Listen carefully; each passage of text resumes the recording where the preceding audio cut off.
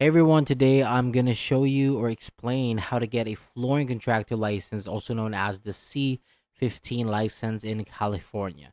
So this license is for contractors who install carpet, wood flooring, resilient flooring, rubber flooring, and other floor covering materials.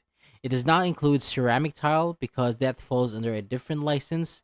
So to qualify, you must be at least 18 years old, you have a social security number or ITIN, and have at least 4 years of journeyman level experience in flooring work.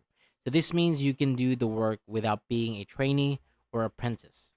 After that, you can apply through the California Contractor State License Board, also called as the CSLB. And once your application is processed, you will need to pass the Law and Business exam and the C-15 trade exam.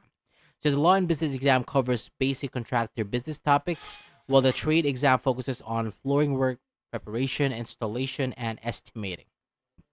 And after passing the exams, you will complete the final requirements here, like fingerprinting and paperwork. And once it is approved, you can receive your C-15 flooring and floor covering contractor license. So that is all for today. Thank you so much for watching. For more videos like this, hit the subscribe button below, and I'll see you on the next video.